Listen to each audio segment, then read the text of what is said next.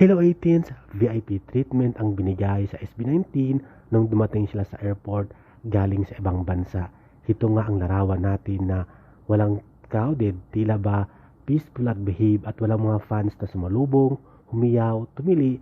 Ito nga ang larawan natin na patunay na sinalubong sila sa airport ng Pilipinas ng matiwasay at matagumpay dahil nga walang katao-tao, peaceful at VIP kumbaga ang